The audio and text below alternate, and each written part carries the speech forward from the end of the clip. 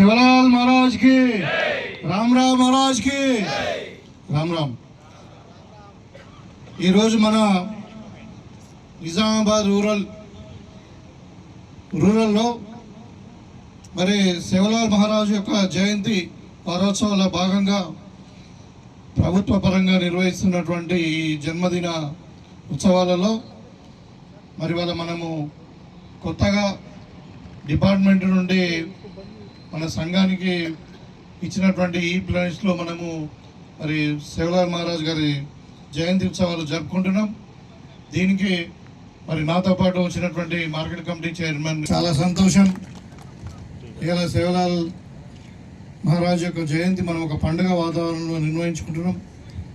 మీకు అందరూ కూడా తెలుసు, మీ అందరి ఆశీర్వాదంతోనే ఇవాళ మన కాంగ్రెస్ పార్టీ నేను ఇక్కడ ఎమ్మెల్యేగా గెలవడము, తర్వాత మరి ముఖ్యమంత్రి గారు రేవంత్ రెడ్డి గారు ప్రీతమ నాయకుడు మరి ముఖ్యమంత్రిగా ప్రమాణం స్వీకారం చేయడము, ఇక్కడ ప్రభుత్వం ఏర్పాటు చేయడం మీకు అందరికీ కూడా తెలుసు।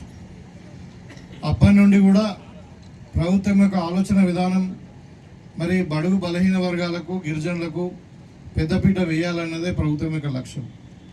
మీకు తెలుసు గతంలో ఉత్సవాలంటే నామకే వస్తే ఏదో జరిగేటి, మరి ఇప్పుడు కాంగ్రెస్ పార్టీ అధికారంలోకి వచ్చిన తర్వాత మీకు ఉత్సవాలకు సంబంధించినటువంటి ఫండ్ కూడా డబుల్ చేయడం జరిగింది। ఇవాళ మనకే దగ్గర మరి 3,68,000 రూపాయలు మన ఈ కాన్స్టిట్యున్సీ నియోజకవర్గానికి ఉత్సవాలకు జరుపుకోవడం జరిగింది।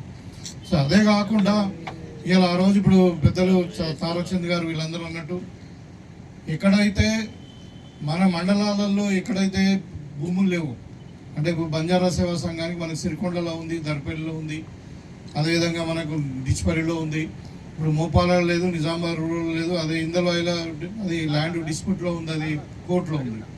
సో ఏదేమైనా నేను ఒకటే మీకు చెప్పదలుచుకున్నాను, మేము బంజారాల యొక్క డెవలప్మెంట్కు కట్టుబడి ఉన్నాం।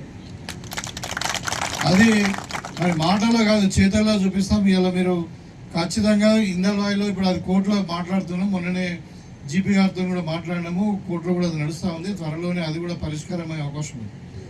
కోర్టు ద్వారా మనకు రాకుంటే ఒకవేళ ఆ ల్యాండ్ రాలేదు, కోర్టు ద్వారా మనము ఇంకా ఏదైనా ఇంకా మన కోర్టులో మనకు వ్యతిరేకంగా వస్తే ఇంకా వేరే ల్యాండ్ కూడా అలాట్ చేస్తాం, దాంట్లో ఇబ్బంది లేదు।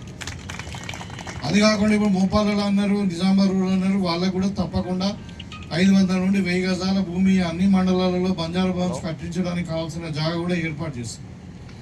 మళ్ళీ ఆ రోజున ఎన్నికలప్పుడు కూడా చెప్పిన అన్ని మండలాలలో బంజారా భవన్లు ఖచ్చితంగా, బంజారా భవన్ అంటే ఏదో ఇక ఒక కమ్యూనిటీ హాల్ లేకుంటే ఒక హాల్ లాగా ఖచ్చితంగా మీరు అందరూ కూడా కలిసి అక్కడ కూర్చొని మీటింగ్ పెట్టుకోవడానికి వసతి కల్పిస్తామని చెప్పి చెప్పడం జరిగింది।